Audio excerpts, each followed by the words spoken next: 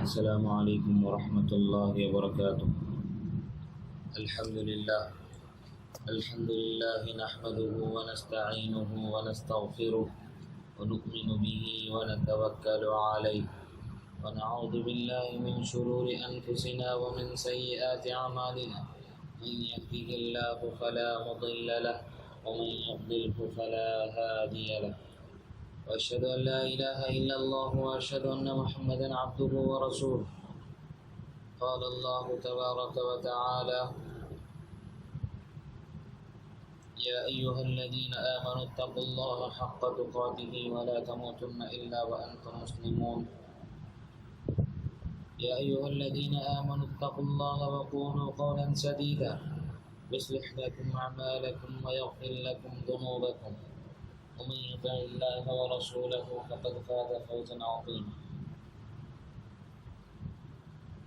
وكما قال الله تبارك وتعالى: قل لن يصيبنا إلا ما كتب الله لنا هو مولانا وعلى الله فليتوكل المؤمنون۔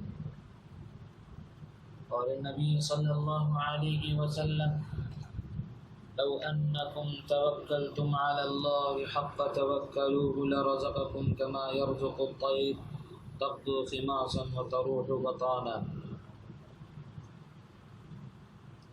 محترم حضرات، اللہ رب العالمین کا بے پایا شکر احسان ہے کہ اللہ رب العالمین نے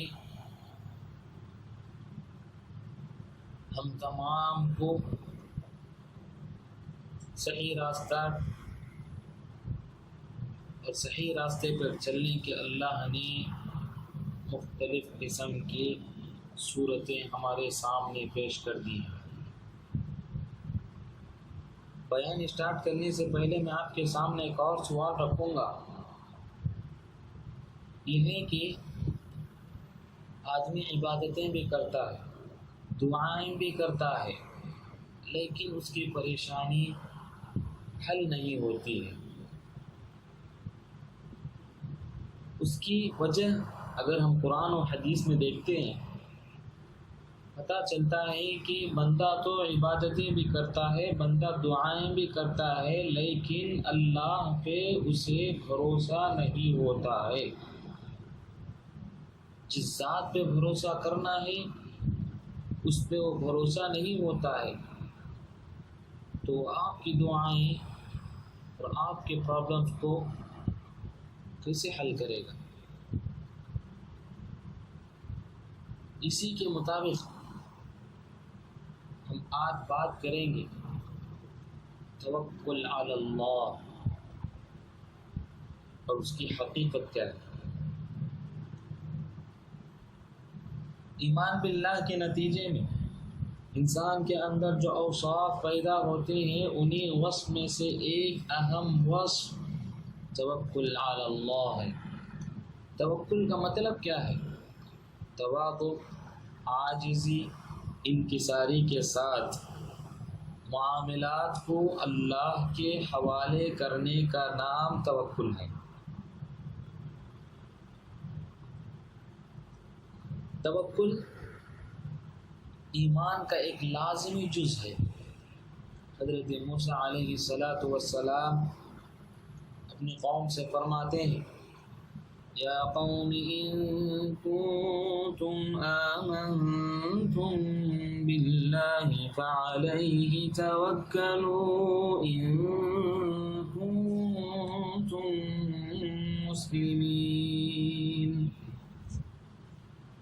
حضرت موسیٰ علیہ السلام اپنے قوم کے لوگوں سے کہتے ہیں: اے لوگوں، اگر تم واقعی اللہ پہ ایمان رکھتے ہو تو تمہیں چاہیے کہ تم اللہ ہی پہ بھروسہ کرو، تبھی تم مسلم کہلاؤ گے۔ اس آیت کے ذریعے معلوم ہوتا ہے کہ توکل ایمان کی صحت ہے۔ علامہ امام ابن قیم رحمۃ اللہ علیہ فرماتے ہیں: التوکل نصف الایمان۔ توکل اللہ پہ بھروسہ کرنا، گاڈ پہ ٹرسٹ کرنا، یہ آدھا ایمان ہے۔ حافظ ابو تراب کا قول ہے توکل کا مطلب دل کا اللہ کے ساتھ مطمئن ہونا یہی توکل کہلاتا ہے۔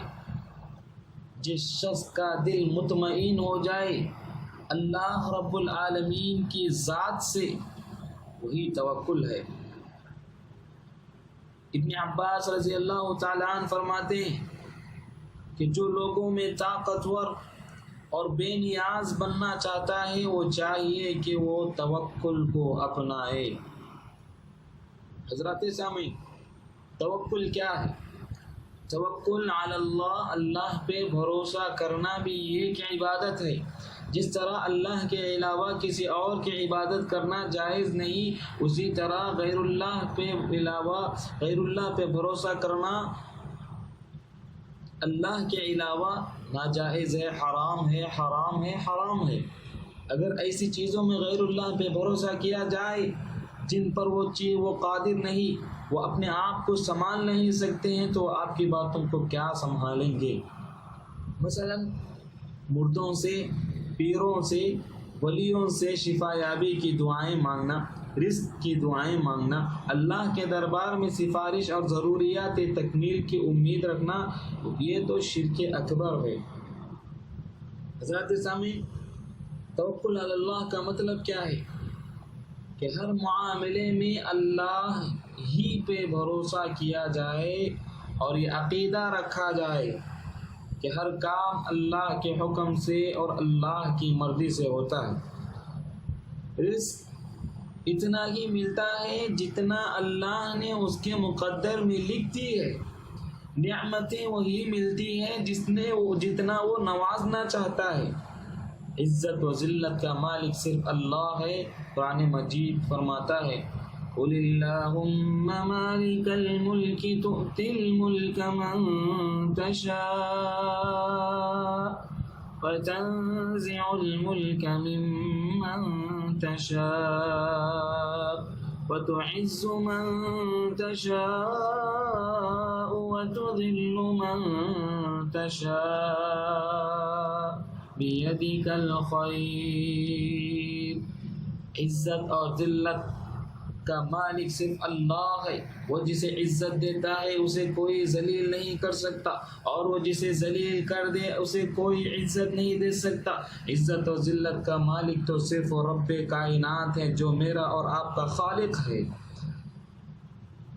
حضرات سامعین، اور نفع نقصان دینے کا مالک بھی اللہ رب العالمین ہے، اور نفع اسی کو ملتا ہے جو تقدیر میں لکھ دی گئی ہے، نقصان اٹھانا پڑتا ہے جس وقت تقدیر میں لکھ دی جا چکی ہے۔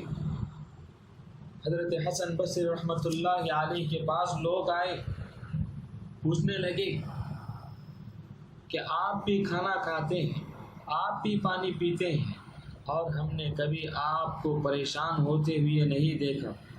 حضرت حسن بصری رحمۃ اللہ علیہ کہتے ہیں میں کیوں پریشان ہوں؟ علمت بأن رزقی لن یأخذہ غیرہ فاطمأن قلبی لہ۔ جو میرے مقدر میں ہے وہ مجھے کھانا ہی ہے، دنیا کی کوئی طاقت مجھ سے اور میرے لقمے سے ایک دانہ بھی چھین کے نہیں کھا سکتی۔ مجھے اطمینان ہے جو میری تقدیر میں میرے لیے لکھ دی گئی ہے وہ چیز مجھے مل کر ہی رہے گی۔ پھر کہتے ہیں وَعَلِمْتُ بِأَنَّ عَمَلِي لَن يَقُولُ، جو میرا کام ہے وہ میں پورا کرتا ہوں، یہ یقین ہے کہ وہ بھروسہ صرف اللہ کے فیصلے پہ ہے۔ اور کہتے ہیں 50,000 سال پہلے جو لکھ دی گئی ہے اور اس پہ یقین ہے کہ میرا رب کا فیصلہ جو ہے وہ خیر ہے۔ نفع نقصان کا مالک صرف اللہ رب العالمین ہے۔ فرمایا وَإِن يَمْسَسْكَ اللَّهُ بِضُرٍّ فَلَا كَاشِفَ لَهُ إِلَّا هُوَ وَإِن يَمْسَسْكَ بِخَيْرٍ فَلَا رَادَّ لِفَضْلِهِ يُصِيبُ بِهِ مَن يَشَاءُ وَهُوَ الْغَفُورُ الرَّحِيمُ۔ دوسری جگہ فرمایا سورہ توبہ میں قل لن يصيبنا إلا ما كتب الله لنا هو مولانا وعلى الله فليتوكل المؤمنون۔ اے اللہ کے نبی آپ کہہ دیجئے کہ ہم تک وہی چیزیں پہنچیں گی جو اللہ نے ہماری قسمت میں لکھ دیا ہے، وہ ہمارا آقا ہے، اور مومنوں کو چاہیے کہ صرف اللہ پہ بھروسہ کرے۔ حضرات سامعین، توکل کے تعلق سے پیارے نبی صلی اللہ علیہ وسلم کا شیوا کیا تھا؟ حضرت سہل بن عبداللہ فرماتے ہیں توکل علی اللہ اللہ کے رسول کا حال تھا، محنت اللہ کے رسول کی سنت تھی۔ اس کا مطلب یہ نہیں کہ اللہ پہ بھروسہ کرنے کے نام پر کوشش اور محنت کرنا چھوڑ دیں اور اللہ یہ کہیں اللہ چاہے تو ہمیں رزق عطا کرے گا۔ ہاں، اگر اللہ رب العالمین چاہے تو آپ کو رزق دے گا، بلکہ توکل کا مطلب یہ ہے کہ پوری کوشش اور پورے ریسورس کو اپنانے کے بعد، وسائل کو اپنانے کے بعد اللہ رب العالمین پر فیصلہ چھوڑ دیں، یہی اصل توکل ہے۔ حضرات، آپ جانتے ہیں کہ محنت اور کوشش کے بعد اسی پہ بھروسہ کریں، کیونکہ پرووائڈر تو اللہ ہے، رزق وہی عطا کرنے والا ہے۔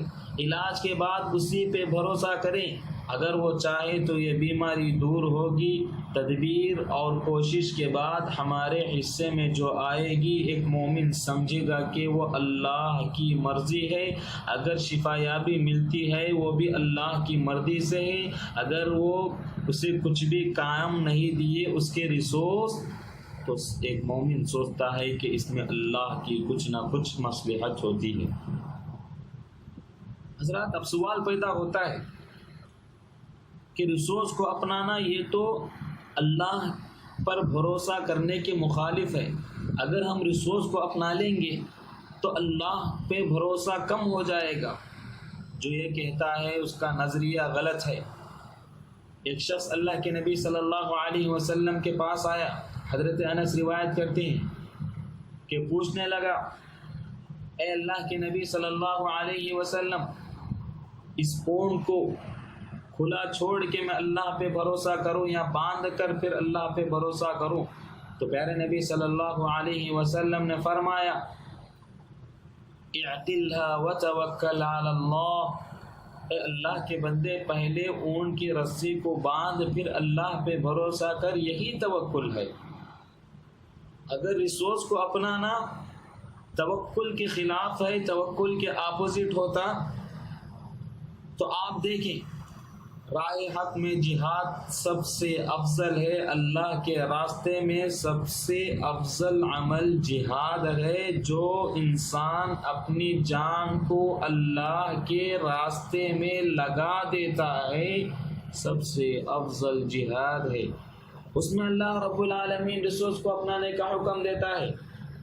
سورہ انفال میں فرماتا ہے، وَأَعِدُّوا لَهُم مَّا اسْتَطَعْتُم مِّن قُوَّةٍ وَأَعِدُّوا لَهُم مَّا اسْتَطَعْتُم مِّن قُوَّةٍ وَمِن رِّبَاطِ الْخَيْلِ تُرْهِبُونَ بِهِ عَدُوَّ اللَّهِ وَعَدُوَّكُمْ۔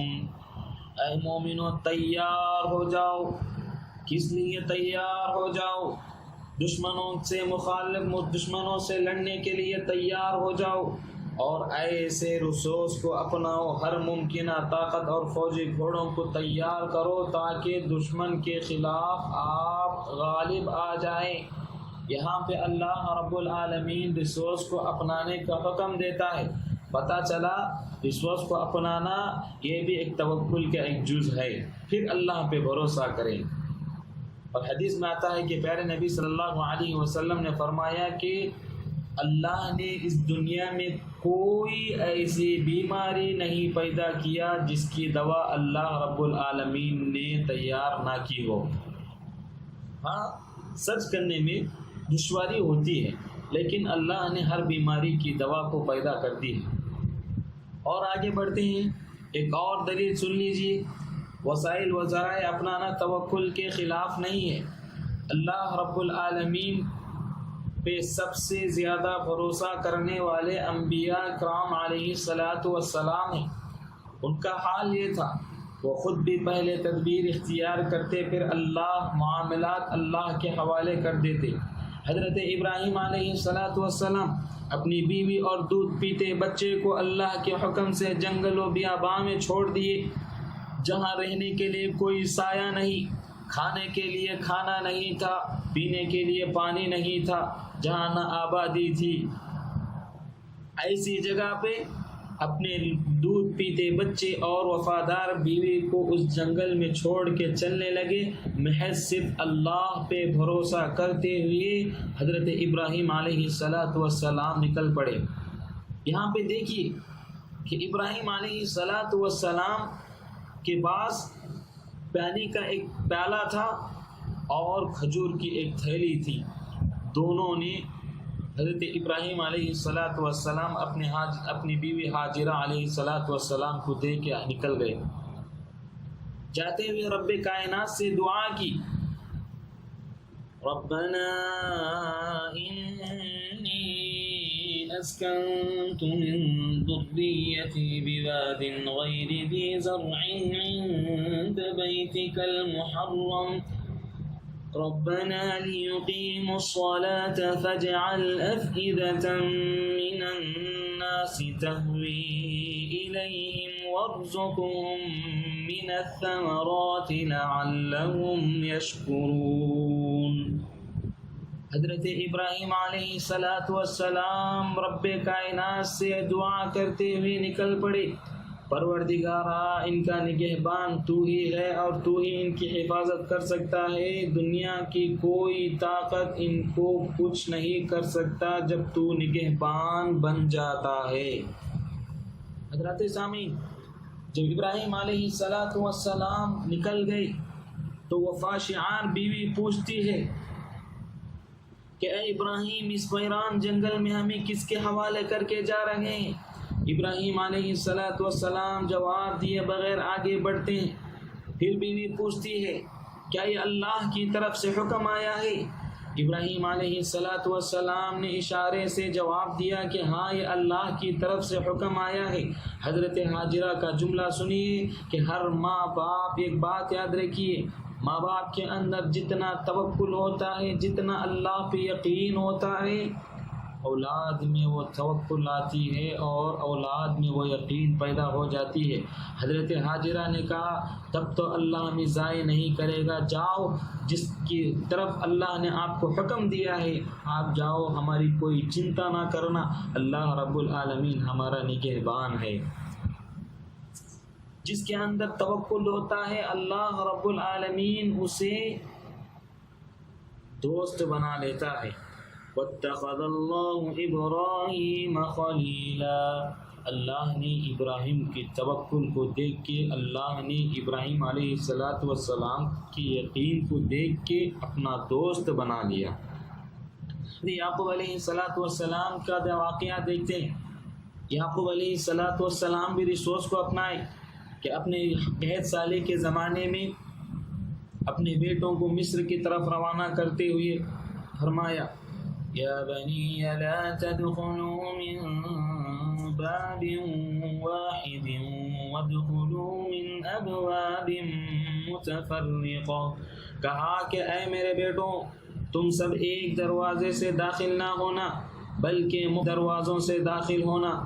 پھر حضرت یعقوب علیہ الصلاۃ والسلام کے بارے میں ابن عباس رضی اللہ تعالیٰ عنہ فرماتے ہیں کہ انه خشع عليهم العين وذلك انهم كانوا ذو جمال وهيئة حسنة، انہیں اندیشہ ہوا کہ کہیں ان کے بچوں کو نظر نہ لگ جائے کیونکہ وہ بہت زیادہ خوبصورت تھے۔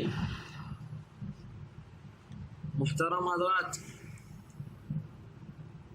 اللہ رب العالمین پھر اللہ رب العالمین کی طرف لوٹتے ہیں، کہتے ہیں حضرت یعقوب علیہ الصلاۃ والسلام وما اغنی عنکم من اللہ من شیء، ان الحکم الا للہ علیہ توکلت وعلیہ فلیتوکل المتوکلون۔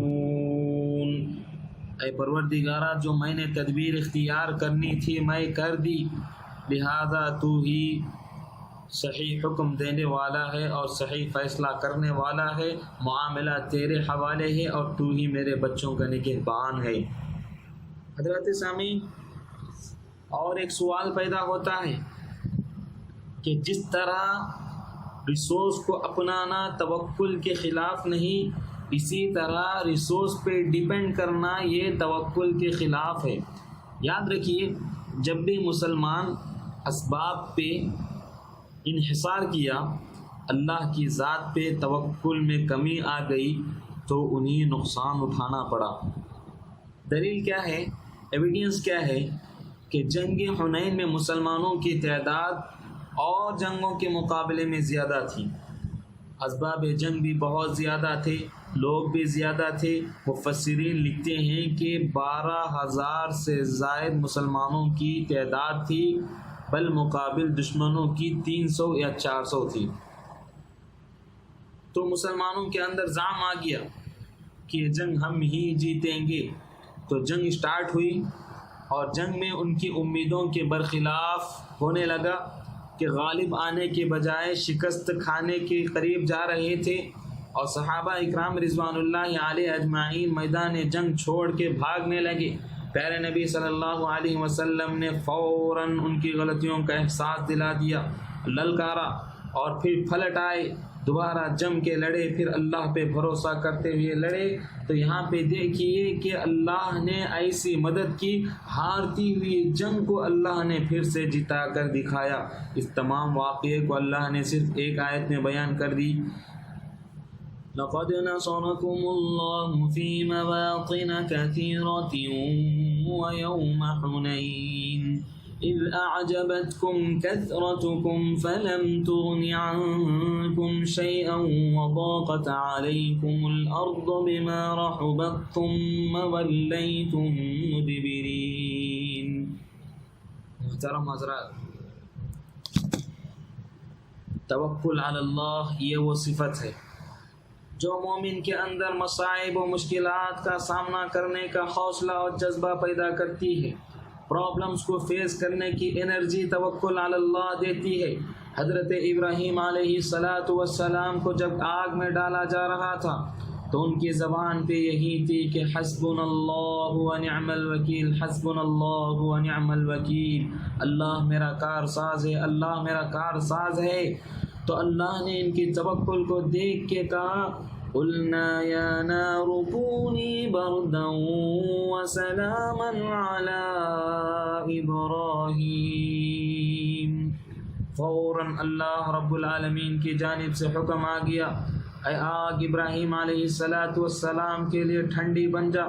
آگ فوراً اللہ کے حکم سے راضی ہو کے وہ آگ ٹھنڈی ہو گئی۔ تو یہاں پہ پتہ چلا کہ توکل علی اللہ جس کے اندر جتنا ہوتا ہے اللہ اسے اتنی بڑی مصیبتوں سے بچاتا ہے۔ حضرت یونس علیہ السلام کو جب مچھلی نے نگل لی، یونس علیہ السلام نے کہا، لا الہ الا انت سبحانک انی کنت من الظالمین۔ اے پروردگارا، یہ کٹھین مرحلے سے صرف تو ہی بچا سکتا ہے، تیرے علاوہ کوئی ہمیں بچا نہیں سکتا، اور تجھی پہ امید رکھتا ہوں، اور تیری ذات ایسی ذات ہے کہ ہر مشکلات سے دور کر سکتا ہے، ہر مشکلات سے انسان کو نکال سکتا ہے۔ اللہ نے فوراً ان کی توکل کو دیکھی اور اللہ نے اس مچھلی کی پیٹ سے حضرت یونس علیہ السلام کو صحیح سلامت نکال دی۔ حضرات سامعین، جنگ احد میں مسلمانوں کو سخت نقصان سے دوچار ہونا پڑا، 70 صحابہ شہید ہوئے اور اتنے ہی زخمی ہوئے، اور خود اللہ کے رسول صلی اللہ علیہ وسلم کو بھی بہت چوٹیں لگی۔ مسلمان ان حالات سے پریشان تھے مکے کے سردار ابو سفیان نے مسلمانوں میں مزید خوف پیدا کرنے لگا اور مسلمانوں پہ دوبارہ حملہ کرنے کے لیے لشکر لا رہے ہیں، تو اس جملے سے مسلمانوں میں خوف پیدا ہونے کے بجائے ان کی توکل اور ایمانی کیفیت میں اضافہ ہو گیا۔ سورہ آل عمران میں مسلمانوں کی اس ایمانی کیفیت کا ذکر کرتے ہوئے اللہ رب العالمین فرماتا ہے الذين قال لهم الناس إن الناس قد جمعوا لكم فاخشوهم فزادهم إيمانا وقالوا حسبنا الله ونعم الوكيل۔ جب مومن کفار کو دیکھتے ہیں کہتے ہیں کہ یہ تو اللہ اور اس کے رسول کے دشمن ہیں، جب اللہ ہمارا کار ساز بن جاتا ہے دنیا کی کوئی طاقت ہمیں ہرا نہیں سکتی، ہمیں ہٹا نہیں سکتی، ہمارے پیروں کے نیچے سے زمین کو ہٹا نہیں سکتی۔ یہ اللہ رب العالمین کے اوپر اتنا توکل تھا۔ حضرات سامعین، اور آگے بڑھتے ہیں، ایک اور سوال بھی آتا ہے، مادی وسائل اتنی طاقت نہیں ہوتی جتنا توکل علی اللہ میں ہے۔ مطلب کیا ہے کہ مادی وسائل میں اتنی طاقت نہیں جتنی طاقت توکل علی اللہ میں ہے۔ توکل کی یہ صفت جس کو حاصل ہو جائے وہ اپنے بڑے سے بڑے دشمن کو بھی کمزور کر سکتا ہے۔ حضرت جابر رضی اللہ تعالیٰ عنہ فرماتے ہیں کہ جنگ سے ہم لوگ واپس آ رہے تھے، درخت کے نیچے لیٹ گئے، تھکے ہوئے تھے، درخت کے نیچے لیٹ گئے، ایک دشمن آپ کے پاس آیا، پیارے نبی صلی اللہ علیہ وسلم اپنی تلوار کو ایک جھاڑ پہ لٹکائے درخت کے نیچے سو رہے تھے، اور اس نے پیارے نبی صلی اللہ علیہ وسلم کے تلوار کو اٹھا لی اور کہنے لگا من یمنعک منی یا محمد، محمد صلی اللہ علیہ وسلم بتا کہ اب تجھے کون بچا سکتا ہے۔ آپ صلی اللہ علیہ وسلم کا توکل دیکھیے، 3 مرتبہ بڑے اطمینان سے جواب دیا کہ اللہ اللہ اللہ۔ تلوار اس کے ہاتھ سے چھوٹ گئی اور آپ صلی اللہ علیہ وسلم نے تلوار اٹھا لی، پھر اس سے پوچھا کہ من یمنعک منی، اب تو بچا کہ مجھ سے کون بچائے گا۔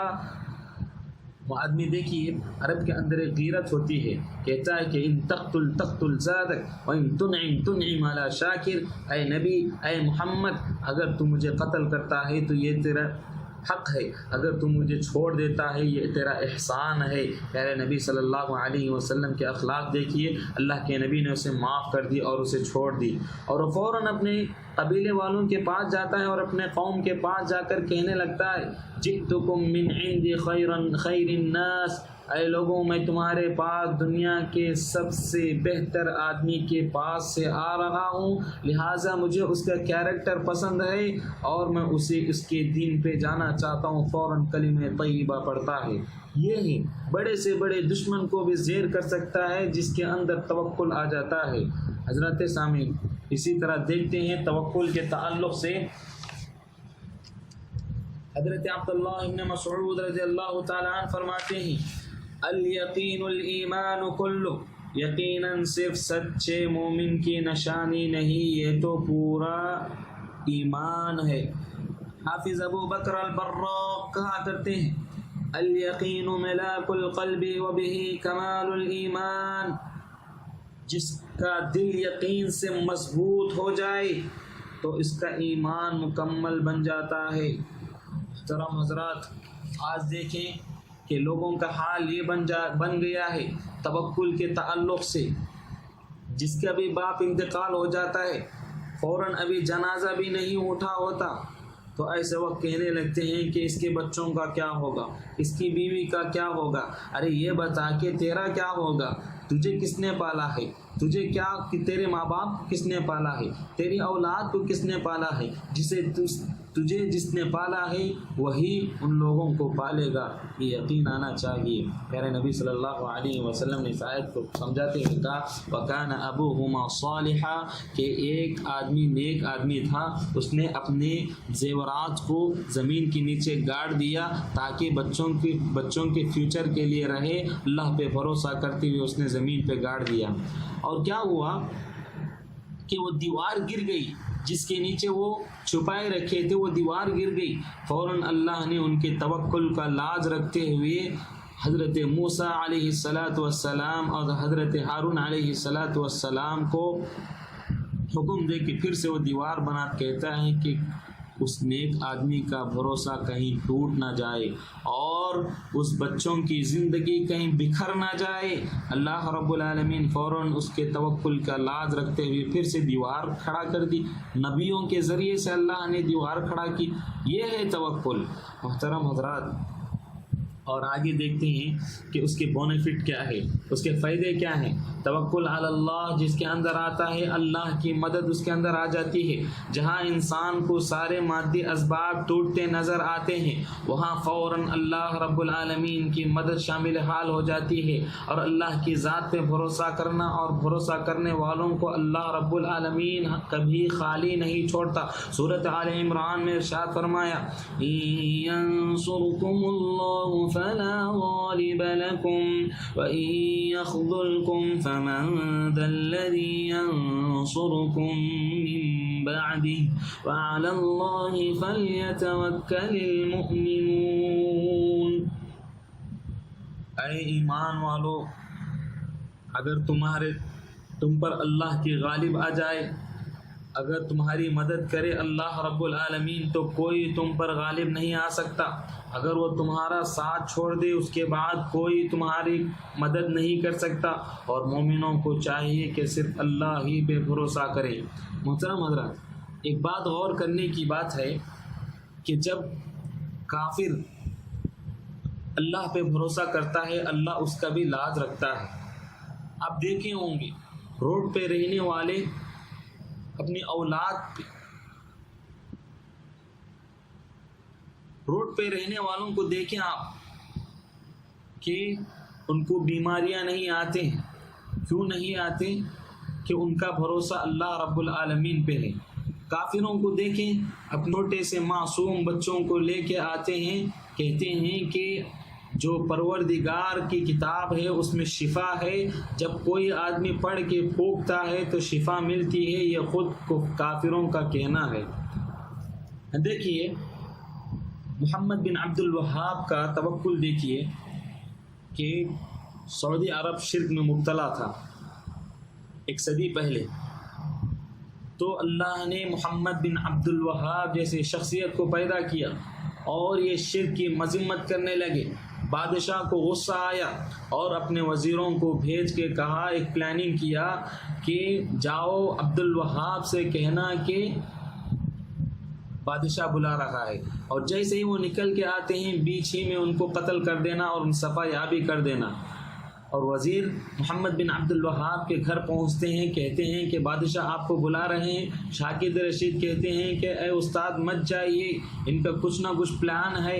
محمد بن عبد الوہاب کہتے ہیں کہ حسبنا اللہ و نعم الوکیل، مجھے میری ذات پہ بھروسہ ہے، جب اس نے جلانا ہے تو مجھے جلائے گا، اس نے اگر مارنا ہے تو مجھے ماروائے گا، یہ اللہ رب العالمین کا فیصلہ ہے۔ یہ کہہ کر نکلتے ہیں۔ دیکھیے اللہ رب العالمین نے ان کے توکل کا لاج یہ رکھا کہ جب دشمن، جب ان بادشاہ کے وزیر مارنے کے لیے اپنی تلوار اٹھانے جا رہے تھے، اللہ نے ان کے ہاتھوں کو شل کر دیا، وہ ہاتھ خود اٹھا ہی نہیں سکتے تھے۔ یہ غیبی مدد اللہ رب العالمین کی آتی ہے۔ اور دیکھیے جب اکرمہ بن ابی جہل اسلام لانے سے پہلے پیارے نبی صلی اللہ علیہ وسلم نے صحابہ کو حکم دیا، کیا حکم دیا کہ اکرمہ اگر مل جائے انہیں قتل کر دینا۔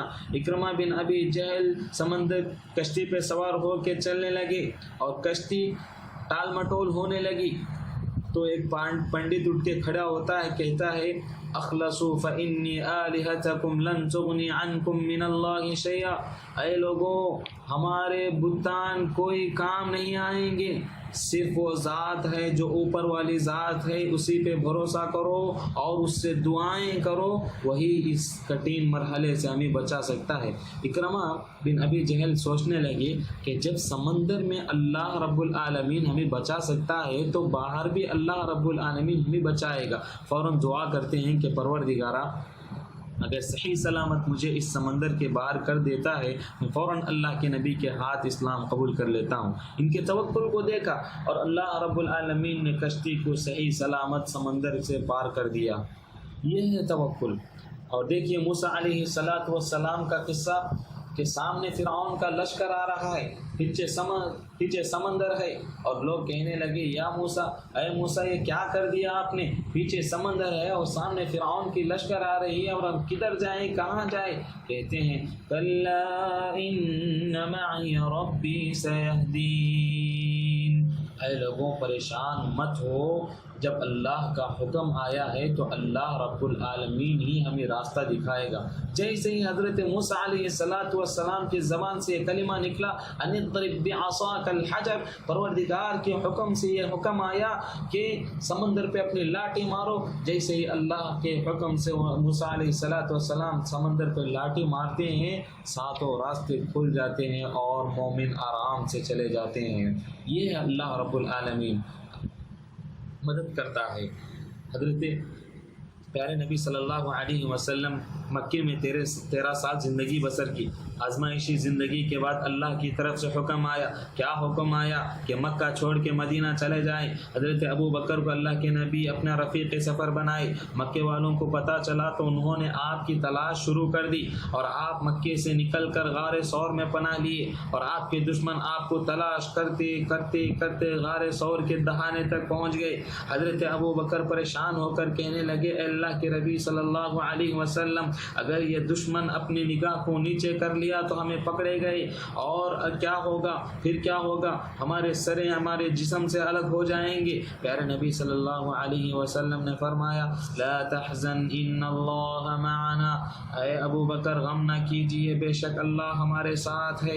حضرت ابو بکر رضی اللہ تعالیٰ عنہ کو تسلی دیتے ہوئے پھر فرمایا یا ابا بکر ما ظنک باثنین اللہ ثالثہما، اے ابو بکر تمہارا کیا خیال ہے ان 2 شخص کے بارے میں جن کے ساتھ تیسرا اللہ رب العالمین ہوتا ہے؟ اللہ انہیں ضائع کا نہیں کرے گا، ہرگز ضائع نہیں کرے گا۔ جس کے پاس اللہ ہو دنیا کی کوئی طاقت اسے نقصان نہیں پہنچا سکتی ہے۔ اور دوسرا فائدہ کیا ہے؟ دوسرا فائدہ یہ ہے کہ اس کی زندگی میں اللہ برکتیں نازل کرتا ہے۔ پیارے نبی صلی اللہ علیہ وسلم نے فرمایا، ابن ماجہ کی روایت ہے، لو انکم توکلتم علی اللہ حق توکلہ لرزقکم کما یرزق الطیر تغدو خماصا وتروح بطانا۔ پیارے نبی نے فرمایا کہ جس شخص کا توکل جتنا ہو جیسا اللہ رب العالمین پر بھروسہ کرنے کا حق ہے، جو شخص ویسا کرتا ہے، یرزق الطیر تمہیں رزق کھلاتا ہے، ویسا رزق کھلاتا ہے جس طرح پرندہ بھوکا پیٹ نکلتا ہے اور پیٹ بھرا واپس آتا ہے، اللہ اس سے بھی زائد تمہیں رزق دے گا۔ سربل آف دا مونٹ میں حضرت مسیح علیہ السلام اپنے حواریوں سے کہتے ہیں کہ کیا آپ نے ان پرندوں کو نہیں دیکھا کہ جو خالی پیٹ نکلتے ہیں اور پیٹ بھرے واپس آتے ہیں؟ جب پرندوں کو اللہ پہ اتنا بھروسہ ہے تو کیا اللہ رب العالمین تم جیسے اشرف المخلوقات کو اللہ رزق نہیں دے گا؟ پھر کہتے ہیں کہ کیا تم نے زمین کو نہیں دیکھا، ہرے بھرے لباس میں رہتی ہے؟ جب اللہ رب العالمین اس سے کپڑے پہناتا ہے تو کیا آپ کو کپڑے نہیں پہنائے گا؟ یہ ہے توکل، کہ حضرت مسیح علیہ السلام اپنے قوم سے ہی نصیحت کرتے ہوئے کہتے ہیں کہ توکل کرو، اللہ رب العالمین تمہیں رزق دے گا۔ تیسرا فائدہ یہ ہے وَمَن يَتَوَكَّلْ عَلَى اللَّهِ فَهُوَ حَسْبُهُ، توکل کی وجہ سے اللہ انسان کے سارے مسائل کو حل کر دے گا۔ اور چوتھا یہ ہے کہ پیارے نبی صلی اللہ علیہ وسلم نے فرمایا متوکلین کو اللہ تعالیٰ قیامت کے دن بغیر حساب کتاب کے جنت میں داخل کر دے گا۔ ایک موقع پر آپ صلی اللہ علیہ وسلم نے فرمایا میرے امت کے 70,000 لوگ بغیر حساب و کتاب کے جنت میں داخل ہوں گے۔ قیامت کے دن کیا ہوگا؟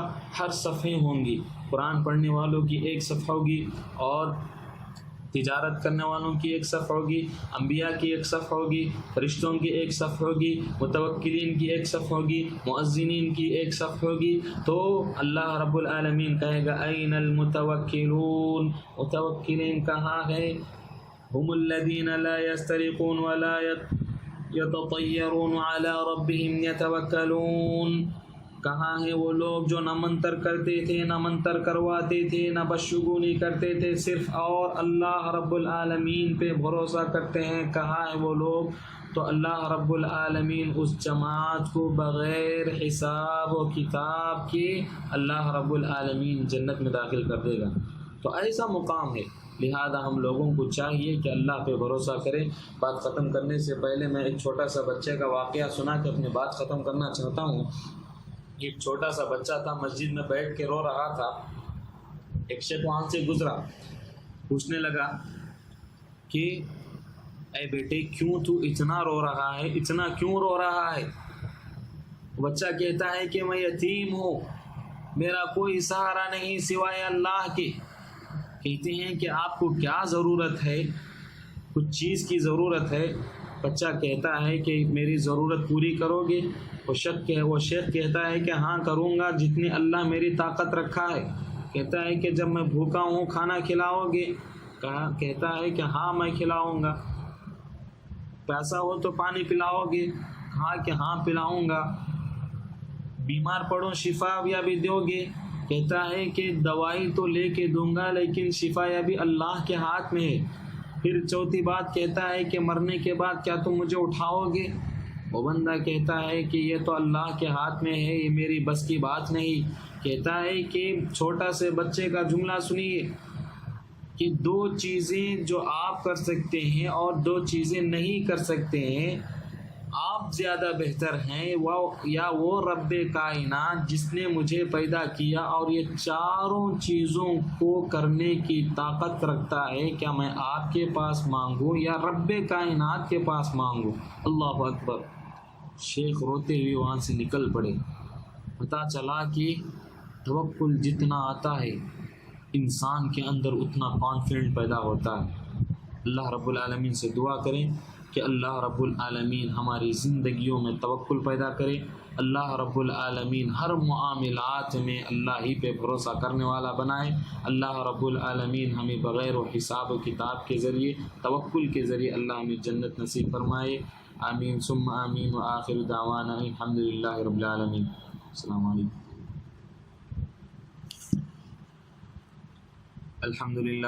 الحمد للہ نحمده ونستعینه ونستغفره ونؤمن به ونتوکل علیہ ونعوذ باللہ من شرور انفسنا ومن سیئات اعمالنا، من یهده اللہ فلا مضل له ومن یضلل فلا هادی، واشهد ان لا الہ الا اللہ واشهد ان محمدا عبده ورسولہ۔